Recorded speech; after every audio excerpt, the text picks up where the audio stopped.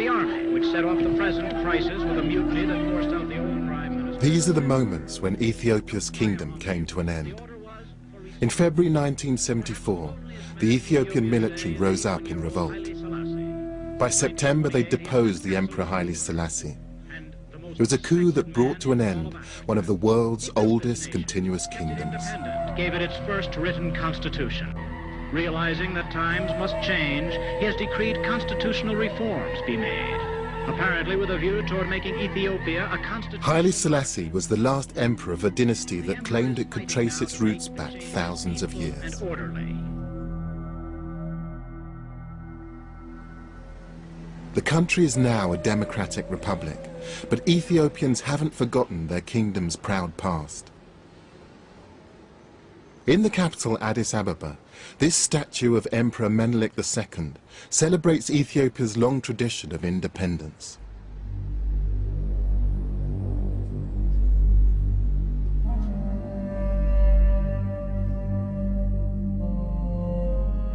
At a time when much of Africa was being colonized by European powers, Menelik II's army fought off an Italian attempt at conquest.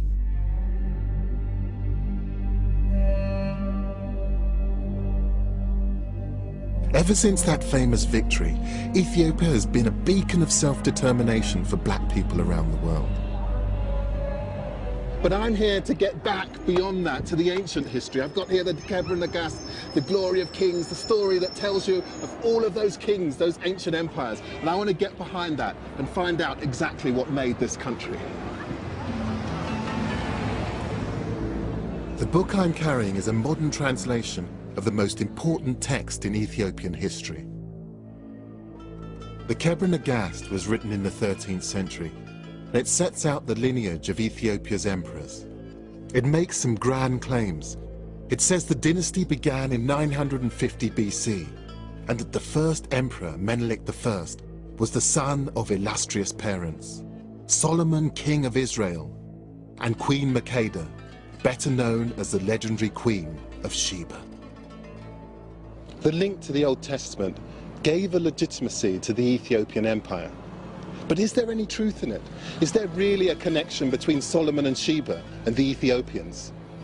That's what I want to find out. No.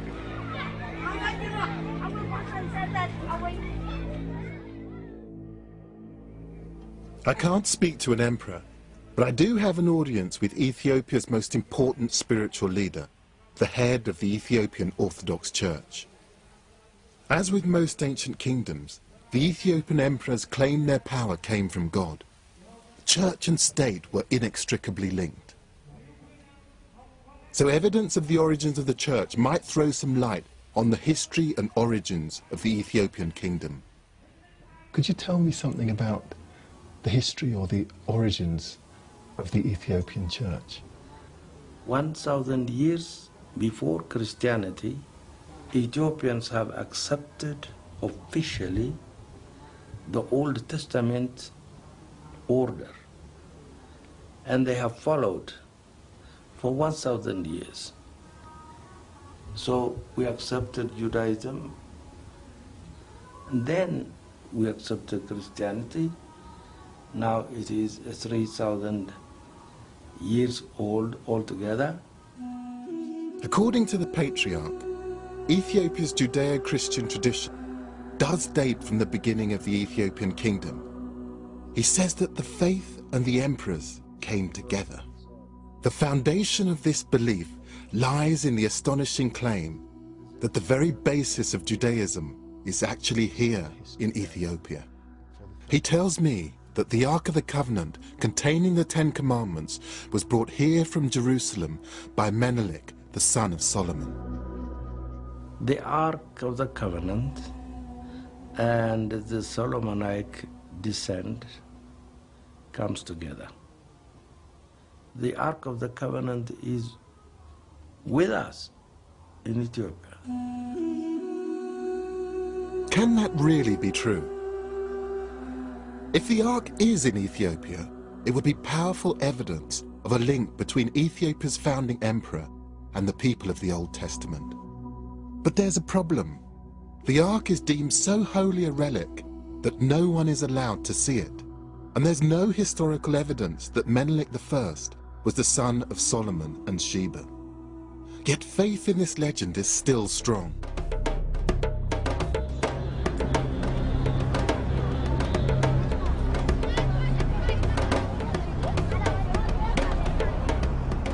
I want to find out why it endures and discover whether it's true. I'm going to look for continuities that might appear over centuries in religious traditions, in language, and in Ethiopia's old buildings. I want to see if I can connect them to Solomon and to Sheba.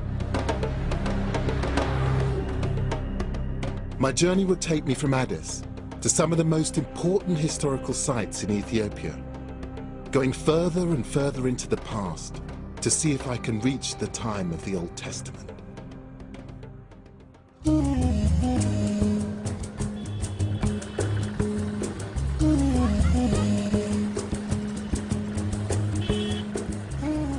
My guide here is Habtamu Mamu. We've come to one of Ethiopia's most important cities, and it's something of a surprise to me. So this is the old city? Yeah, this is one of the 5 main gates of Harar, you know? Right. The legend of Ethiopia's unbroken Judeo-Christian history isn't that straightforward. Harar is a Muslim city. It's like a warren. And it confounds my expectations in other ways too. Ethiopia's modern history has been blighted by drought and famine. But in places unaffected by shortages like Harar's market, trade is brisk.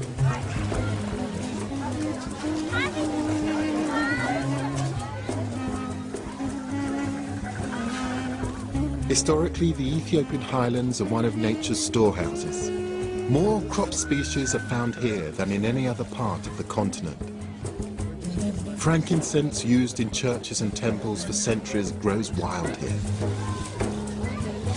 Oh, that's gorgeous. What do I do with this incense? And it smells beautiful as it is, but how do I make it even more powerful? When we make coffee, yes. you just fire, and then you put on the fire, and it smells good for the coffee ceremony. Thank you very much. Thank you. What should I be saying to her? I'm a seconado. I'm a seconado. And I apologize for being so English about it. For at least 2,000 years, Ethiopians have traded frankincense north to the eastern Mediterranean, along with a lively trade in other goods. Coffee was first cultivated here in the 9th century, but it isn't the most popular item for sale. This is chat. And it's the stuff that they eat. And what is it good for you? What does it do? The chat. It's very good that it makes you awake. It's just the stimulant. It makes you strong. It stimulates you more. It's to make me Stimulate. really. As well as its secular uses, chat is used here by Muslim mystics to help them on their spiritual journey. But perhaps it's not a surprise that there should be such a strong Muslim population here. After all, it's only a short hop across the Red Sea to Yemen and Saudi Arabia. But what is remarkable is the role the Muslim population played in maintaining Ethiopia's independence, shoring up the relationship between Ethiopian Christianity and royal legitimacy. Back in the 17th century, Ethiopian Muslims made common cause with Ethiopian Christians in a deal brokered by Emperor Fasilides.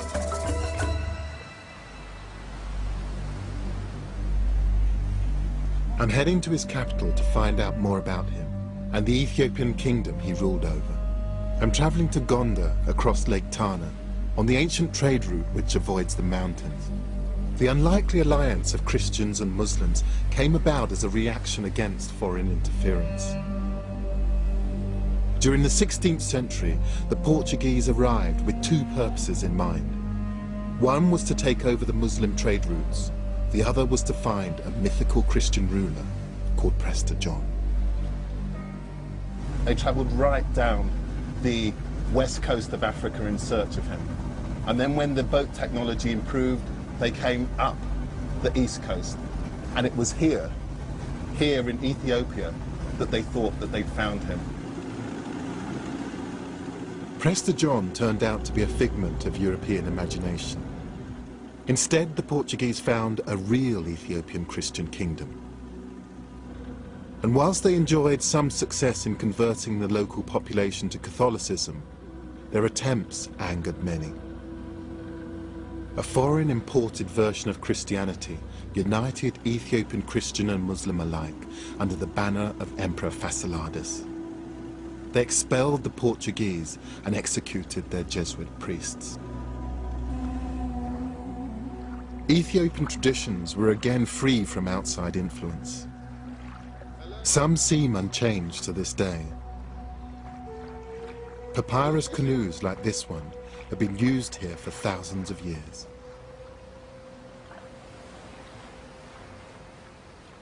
Can you ask him if he's caught anything today? Oh. You are... I know someone. Yes, one more. Yeah. So you can buy the fish? They can buy the fish? How much for them? What kind of fish is this? Tilapia. Tilapia. Just give him the money. Thank you very much. It's right back again.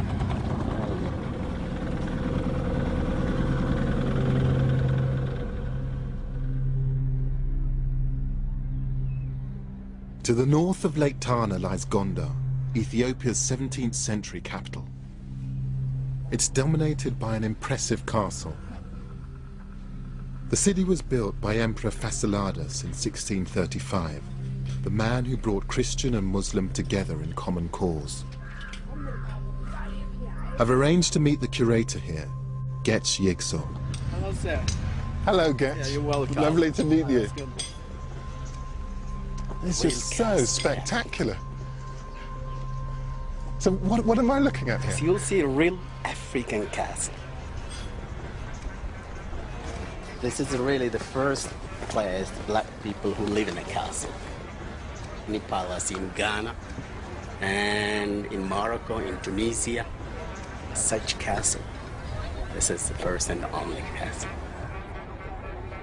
The man who built it was determined to defend Ethiopia's independence. Getch tells me that Emperor Fasciladas was a strong leader in control of a significant capital. Oh yeah, because in Ghana at that time there was about 60,000 inhabitants, you can imagine. That was 400 years ago. It's a big town.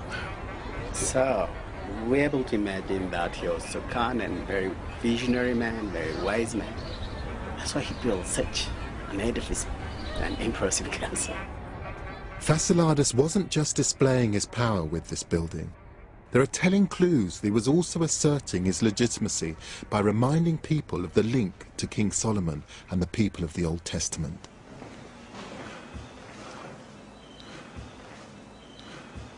Up here I can see that there's a Star of David. Right. That is the Star of David because the previous Ethiopian kingdoms believed that their families comes from the Solomonic descendant. Yes. They are from the same family. Fasciladas was one of them. That's why he put inside. And connection to Solomon, what was that? I mean, is it a legend or is this an actual real? This is the real connection. I knew that it would be difficult to separate fact from myth. Here, it seems impossible.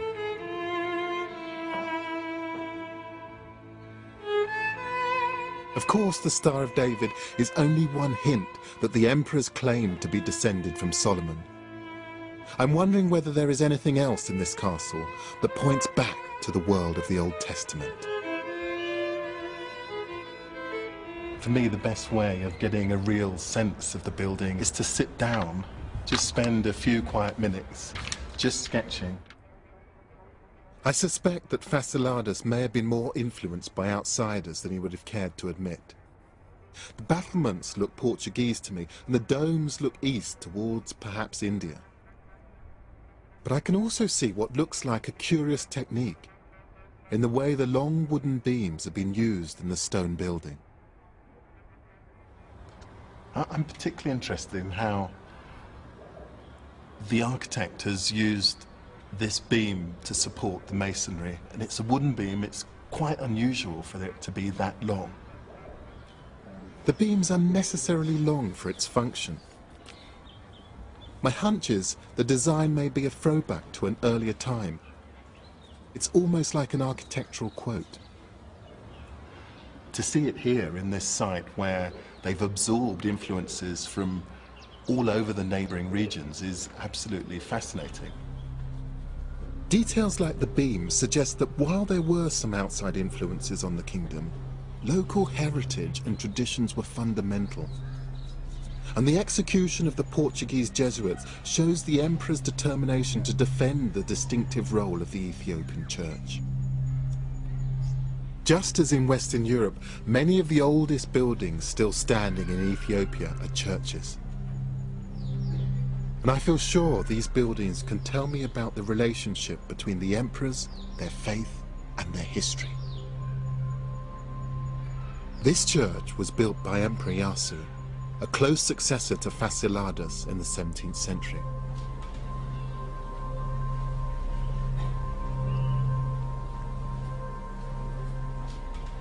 This astonishing painting is completely different to anything I've seen in European churches or in missionary churches elsewhere in Africa. I spend so much of my time trying to rationalize and explain beautiful things, but very occasionally I'm just completely knocked sideways by something, and coming in here to this particular church and seeing a lot of the Christian tradition that I was brought up with depicted in a completely new way with a level of intensity that I've never seen before, it's just absolutely astounding. The paintings have been completed on cloth, which has been glued to the mud plaster walls. Emperor Yasu seems to have been reassuring his subjects that he could look after them. He commissioned artists to paint angels on the ceilings as if protecting the worshippers below.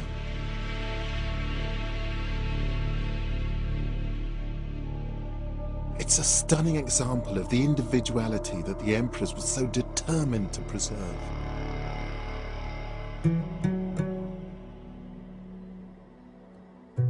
And I can't help wondering whether other telling traces of the past still survive within Ethiopia's ancient churches.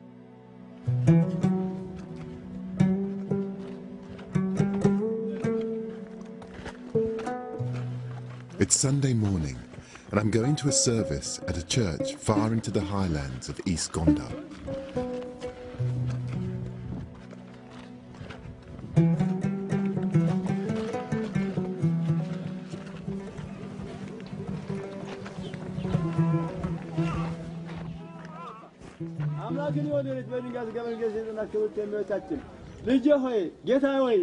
Bible passages are being read in Ge'ez, the ancient language of the Ethiopian kingdom. It's related to Arabic and also significantly to Hebrew, the language of the Old Testament and King Solomon himself. Haptamu says that no one speaks it now. For Ethiopians, it's like the Latin Mass. But this isn't the main event. The crowds are outside a cave, and it's this cave that has the real significance here.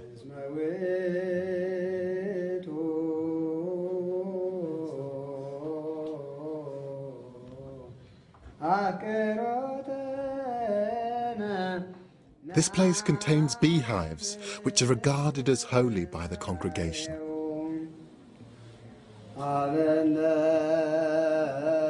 That's how they make the honey from the ceiling of the cave. Amazing. And that's why it's considered that it is a holy honey, because they are in the church. They died in the church. And nobody brought them by themselves. Oh, they came by themselves. And the honey which is taken from this is given to the people that considered as a holy honey. I see.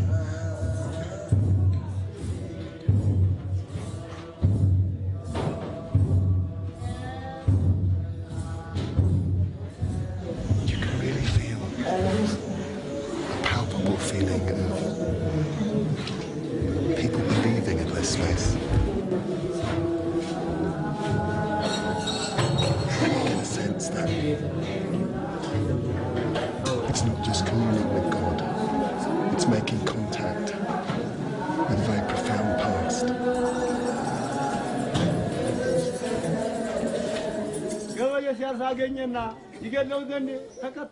Honey is a staple of Ethiopian religious and everyday life. From the honey, the Ethiopians make a kind of mead, which is called tej. It is both the national drink and the communion wine. This honey is believed to have healing powers, a cure for everything from minor ailments to major ones, like leprosy. Honey has long had a special place in other cultures in Africa and the Middle East. What's unique to Ethiopia is its connection to one of the kingdom's greatest rulers. It's said that a swarm of bees prophesied his future greatness when he was a baby, and that he was named after the bees' humming sound. His name was Lalibela. The city he built, which today bears his name, is a place which has no parallel with anywhere else on Earth. I've travelled east from Gondo.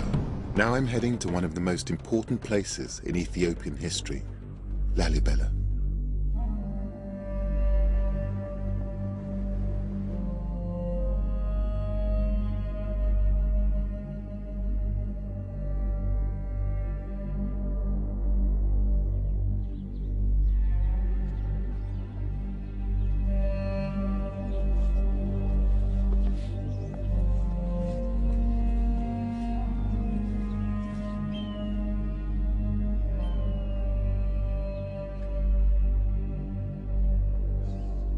Not much that could prepare you for that.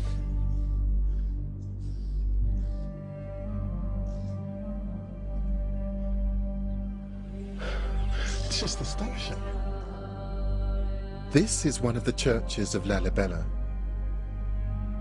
They've been sculpted out of the mountain, each one carved from solid rock. You get a sense of just what a huge amount of energy it must have taken to excavate this hole and to do it with such incredible precision. Every single one of those angles is just so precise. You can still see the subtle incline of the hill on the roof, but the actual body of the church. And if you designed it, made it in concrete with molds, you couldn't make it more precise. It's just astonishing.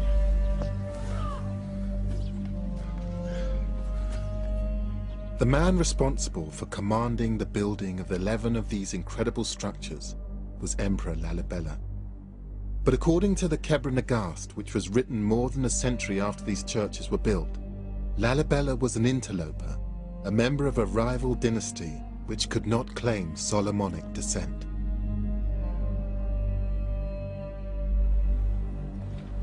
However, Lalibela claimed God commanded him to build these churches, and in so doing, he attempted to claim legitimacy as an emperor because he was doing God's work.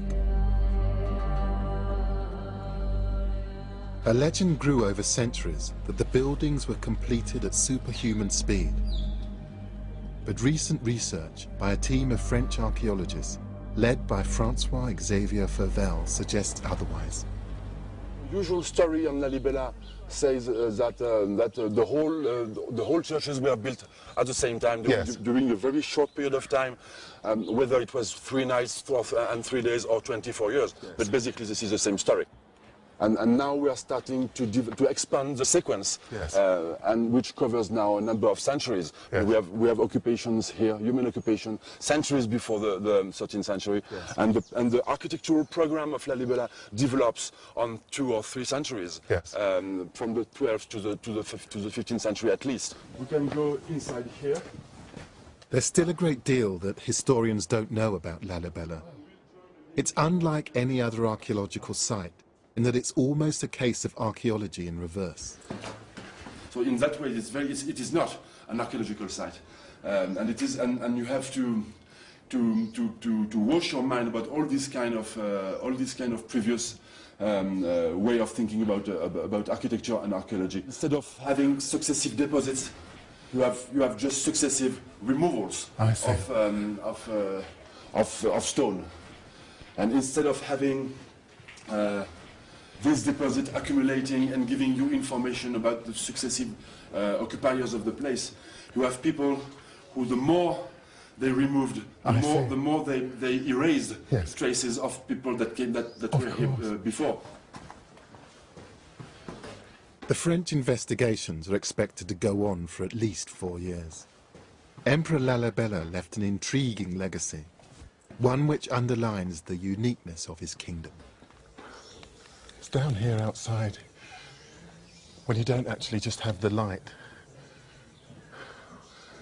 radiating straight down onto it, that you can begin to see just the intensity of the colour of the rock. And it almost glows.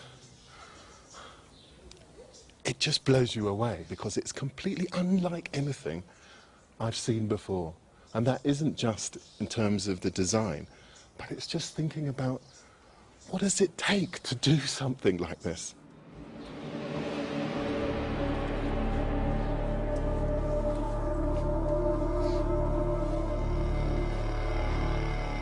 It's a breathtaking display of the emperor's power to be able to command his people to excavate thousands of tons of rock without any form of mechanization. And it speaks of the cosmopolitanism of this part of Africa at the time.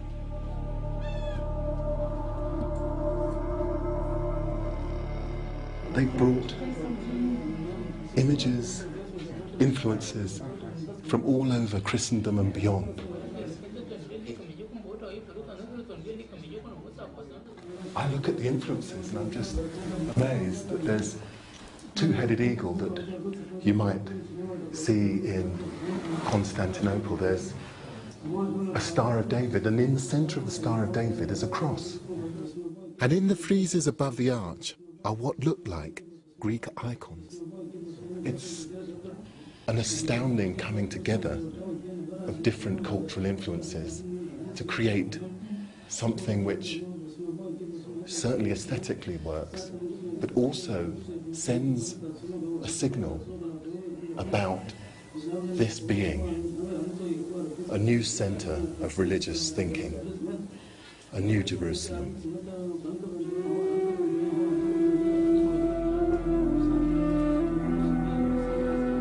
This is a scale and quality of architecture on a par with many of the achievements of medieval Europe. And it's fascinating to see this cosmopolitan approach in a place which many medieval Europeans considered the extreme fringe of Christendom.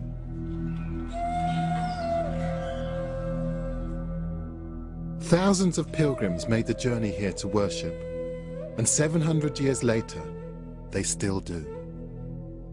People come here to the 11 churches of Lalibela from all over Ethiopia and beyond.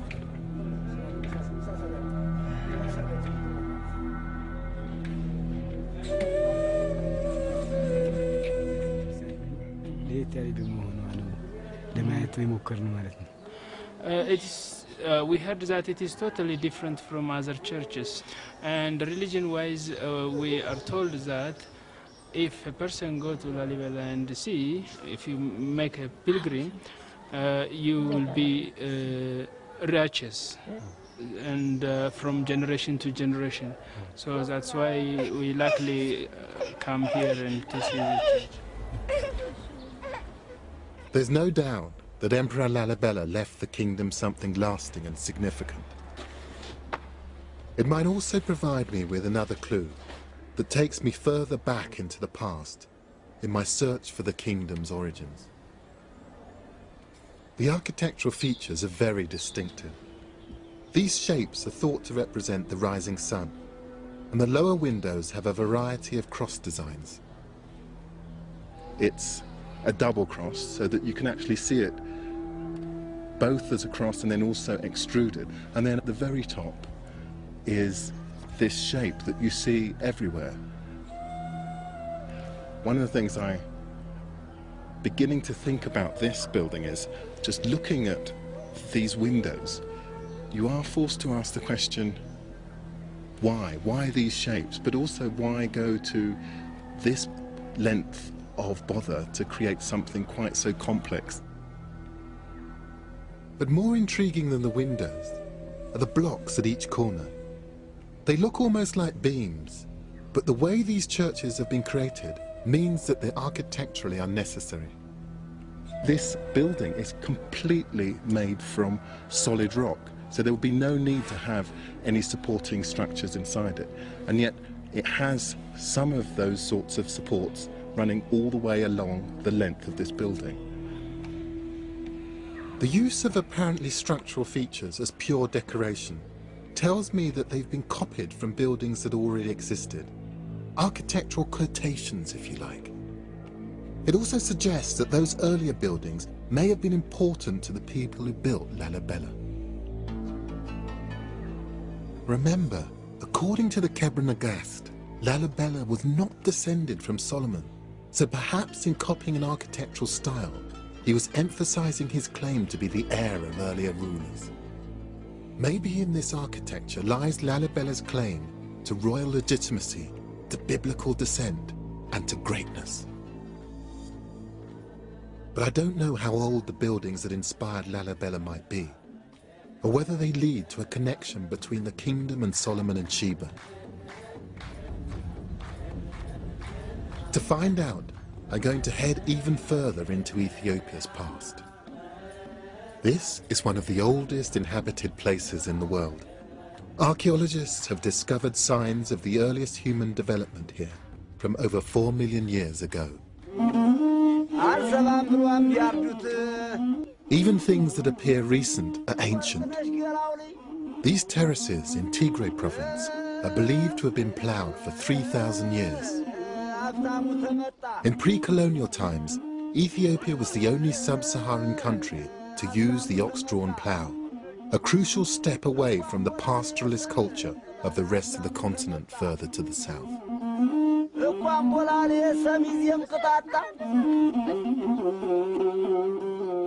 The terraces rise from the bottom of the valleys to the mountain peaks, and they all have to be ploughed in time for the rains in a few weeks' time.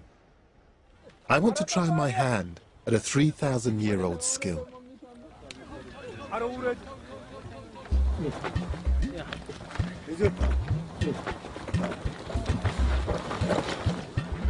a natural.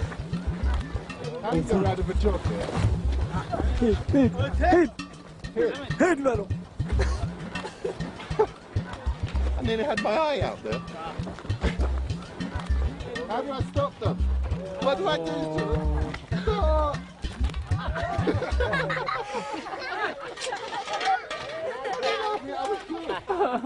There is a serious point to all of this, and it's that this method of agriculture was unique to these highlands, and it doesn't appear to have spread quickly to surrounding areas.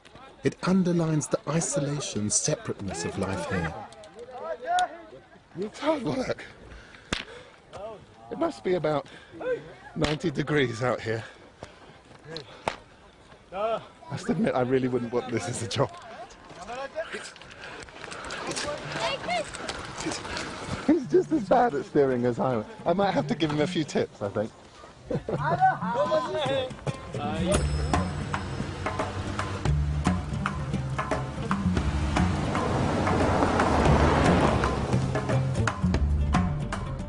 We're 10,000 feet above sea level here, and visitors to towns like this are unusual.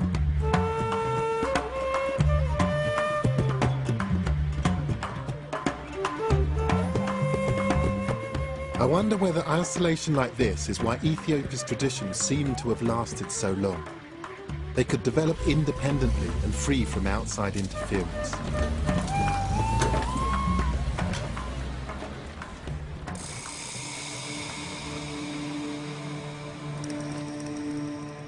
But there are few places in the world more self-consciously cut off than my next destination. In the far north of Ethiopia lies Debre Damo, one of the most important sites in the country. Debre Damo is one of the oldest buildings in Ethiopia, and it sits on top of this imposing Table Mountain. It's a monastery dating back to the 6th century, and its famed isolation is justified. The only way to get to it is by climbing a rope made of goatskin up a steep cliff. And hopefully do a quick prayer for us as well. I need all the help I can get. Good luck, Haptamu. Thank you. It seems like a good idea to send Haptamu up first. He can show me how it's done. Oh.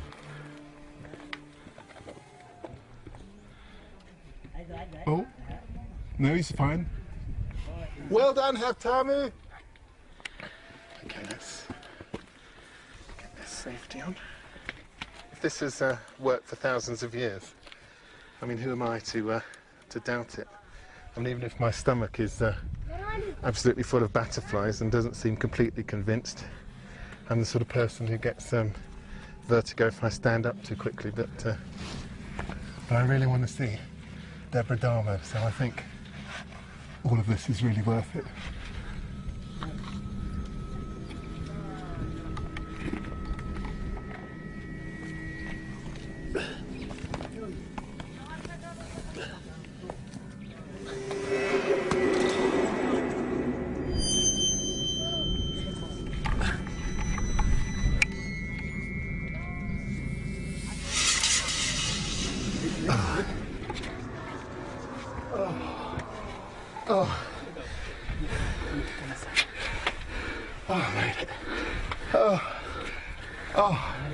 That probably wasn't very dignified, but I don't care.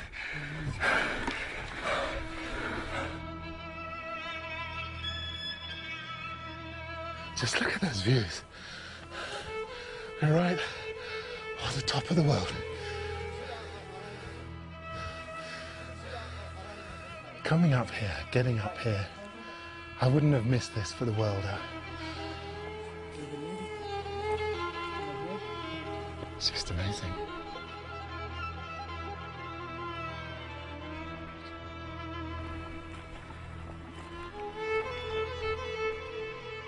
When the monastery was first established, it's believed that up to 1,000 monks lived up here. Today there are around 300. It's said to be one of the oldest permanently occupied Christian communities in the world, and it's at least 500 years older than Lalibela. It was built thanks to another Ethiopian emperor, Gabra Mescal. He ordered the construction of a colossal ramp to help get building materials up onto the plateau.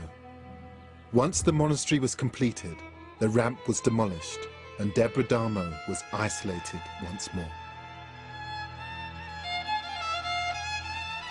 And the monks continue to take their separation seriously. So they don't allow women up here, is that right? That's right. No women. No women at all? No women at all. And that's ever? There were never any women allowed up here?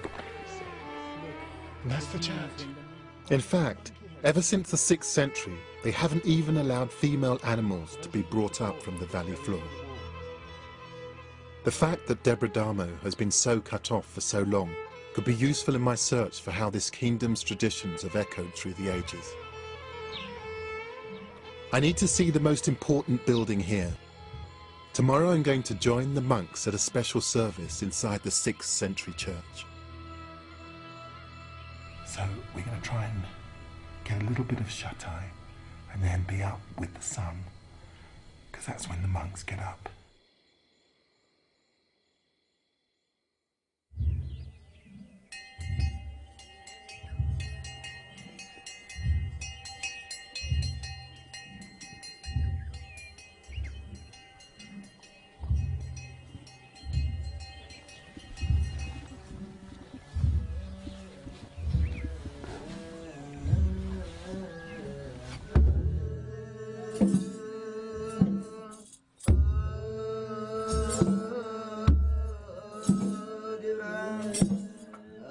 Like every religious ceremony I've seen in Ethiopia, their unique approach to Christianity is evident. But it isn't just the service that's catching my eye, it's the building it's being held in. The most amazing thing is to see some of the features that I saw earlier in my trip. you begin to get a sense of that history that was being evoked by the architects of Lalibela and Gonda. But here, it's actually holding up this structure. This was what they were echoing.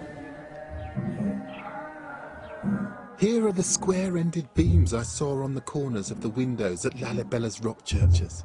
The rising sun window designs here too. And I last saw these distinctive long wooden beams in the castle at Gonda, where the architecture struck me as being from an older local tradition.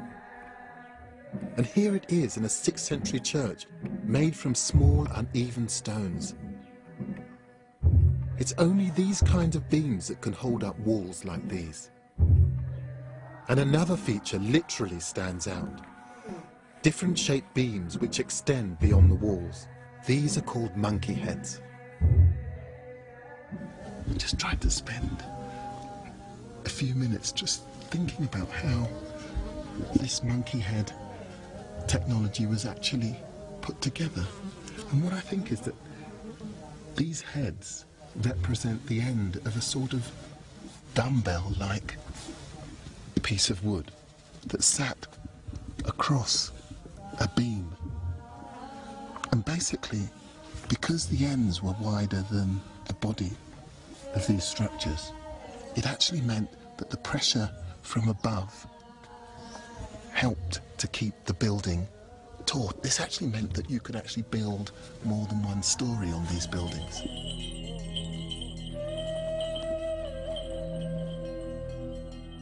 Here is a distinct continuity of architectural styles, which it's almost certain were developed indigenously over nearly 2,000 years. If this continuity stretches back even further, to pre-Christian times, perhaps there is evidence somewhere of the connection to King Solomon and to the Queen of Sheba.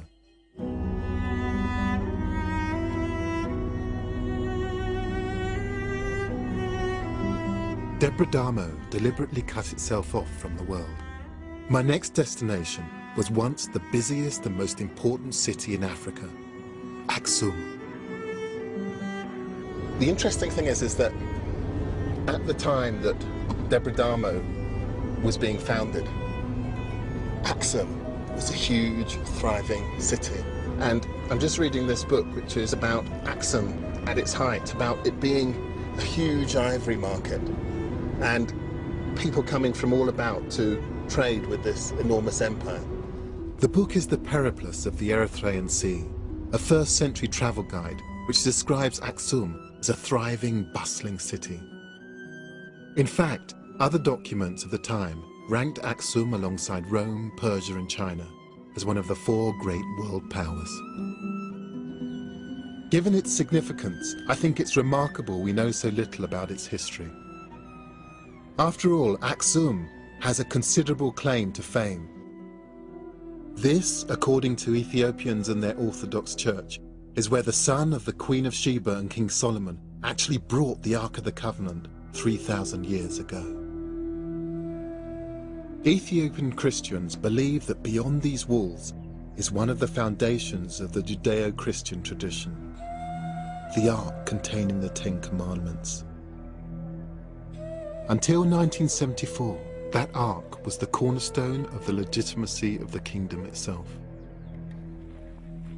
The existence of the Ark here would go a long way to prove that the Ethiopian dynasty of emperors was founded by King Solomon and the Queen of Sheba. It would confirm the legends that have lasted for centuries. But the Ark is deemed so holy that no one is allowed anywhere near it. I can't go beyond this point here, because in that chapel there is where the Ark of the Covenant is said to be held. Security is tight, and it must be kept that way to maintain the faith in the foundations of the Ethiopian Orthodox Church, and by extension the legitimacy of centuries of kings. If the Ark is not inside this building, then the foundations of the Church and the Ethiopian royal line would be destroyed. But the Ark is not the only potential evidence of this kingdom's ancient heritage. My search for Ethiopia's past continues, right next to the Ark's purpose-built resting place. And now that building may be very new, but come and have a look over here.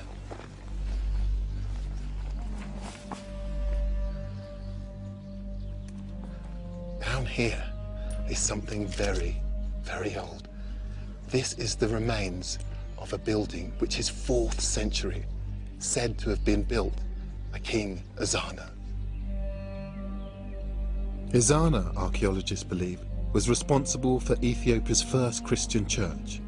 He was the first Ethiopian emperor to convert to Christianity.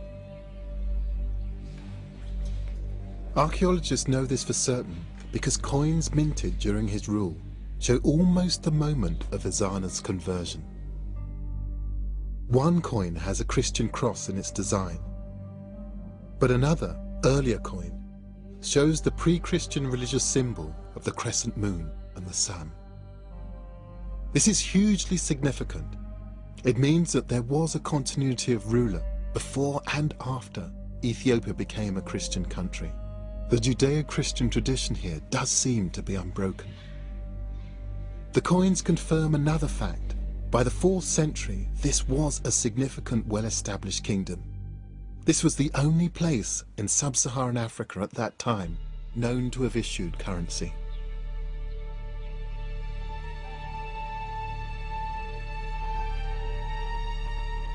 The coins aren't the only objects in Aksum that show the power this place had at the beginning of the Christian era. These are the grave markers, or stelae, of the emperors at Aksum. They were made from solid granite, and some date back to the 1st and 2nd centuries. They are thought to be the largest pieces of stone ever to come out of a quarry in the ancient world. The tallest stood at over 30 meters and weighed around 500 tons. I think they're as impressive as any monument I've seen in Athens or Rome. My guide here, Yagalam Fisheha, is showing me their amazing carvings, which are still beautifully clear almost 2,000 years after they were made. They depict the great buildings it was believed the emperors would inhabit in the afterlife. Skyscrapers to immortality. This architecture was the architecture of the Aksumite people. It's an architecture of a building. Yes. Multi-story house. I see. Multi-story house. Have you And got then these are the... wooden beams. They represent, the end of the wooden beams. When the Aksumites were practicing this architecture, first they started with wood. So we have the windows. So we have the wooden beams. Then we have another. So this in general is multi-story house building. I've seen this before. This is the architecture used at Debre Damo around 500 years later. And over 1,000 years later, it appears to have inspired the stonework of the churches of Lalibela. At the top is a symbol of the rising sun once more.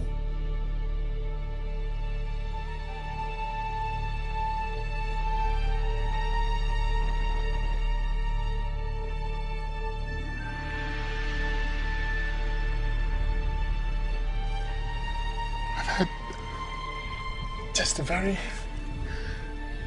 quiet epiphany moment when this journey has begun to really make sense.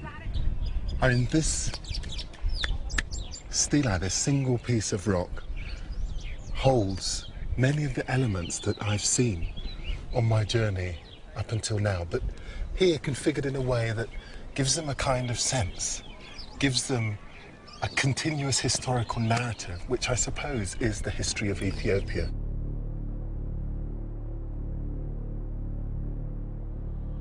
The features on these stelae, marking the ancient burial places of Ethiopian emperors 2,000 years ago, have been consciously echoed down the years by the emperors that followed them.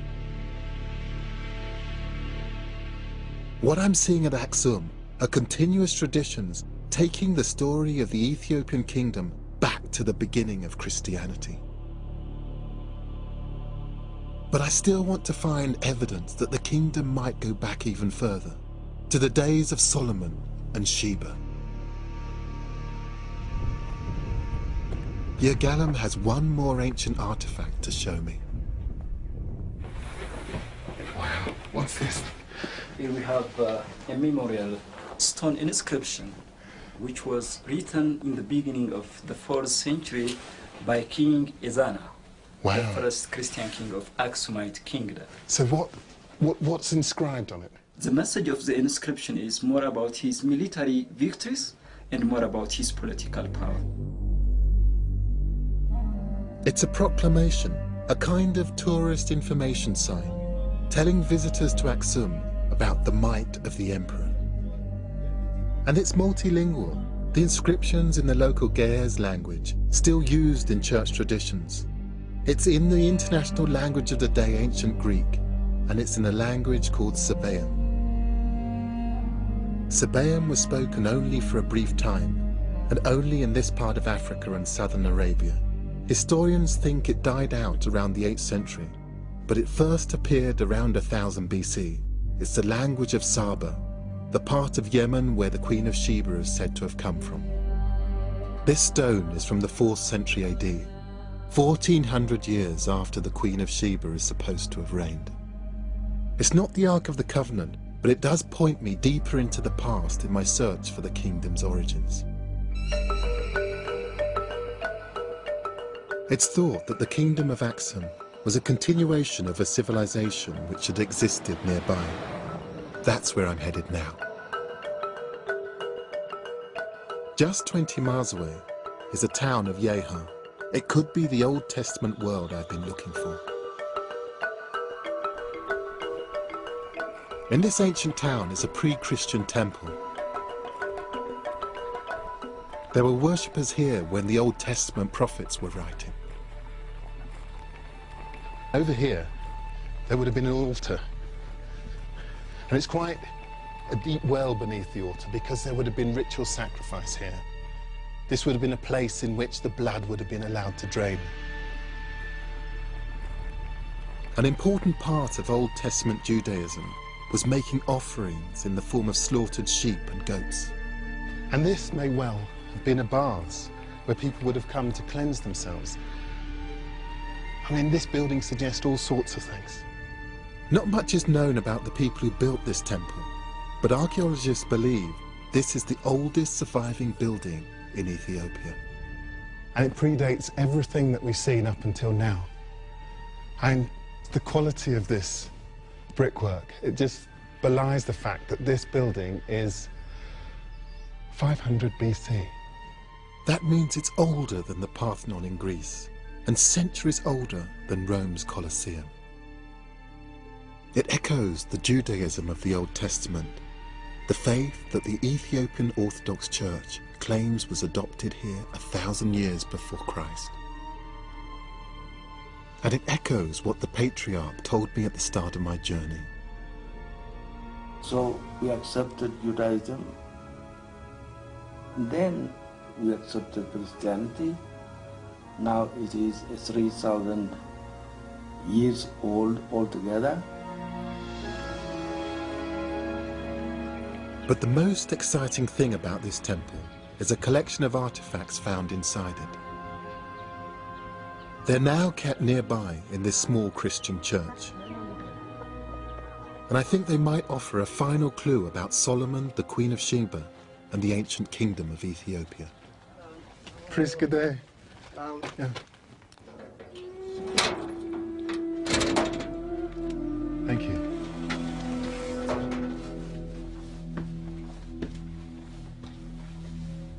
I didn't know it would be like this. There are crosses and scriptures spanning many years of Christianity. Thank you. And there's an incense burner which doesn't belong in any church. It's been carved with the pre-Christian symbol of the crescent moon and the sun. Archaeologists think it dates from the 5th century BC. And from the same era as the burner are these stones, inscribed in the language of the Queen of Sheba, Sabaean. These are almost certainly objects from the time of the Old Testament, and they show an ancient link between Ethiopia and Saba, the home of the Queen of Sheba. this takes us back to, well, to the very beginning. I mean, a lot of people talk about the Queen of Sheba, and here you're showing me a stone inscription which may well mean that all of that is true.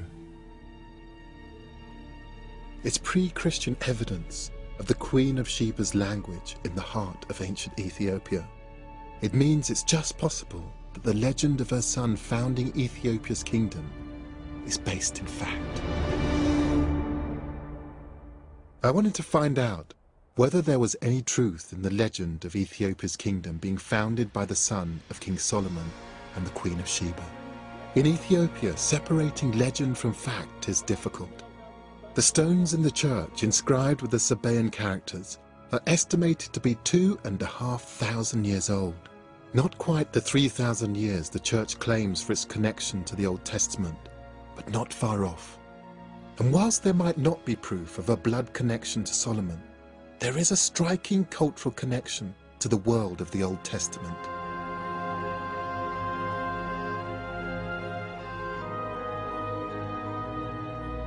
It's also striking that faith in this legend has lasted for centuries, closely tied to the unique traditions of the Ethiopian church.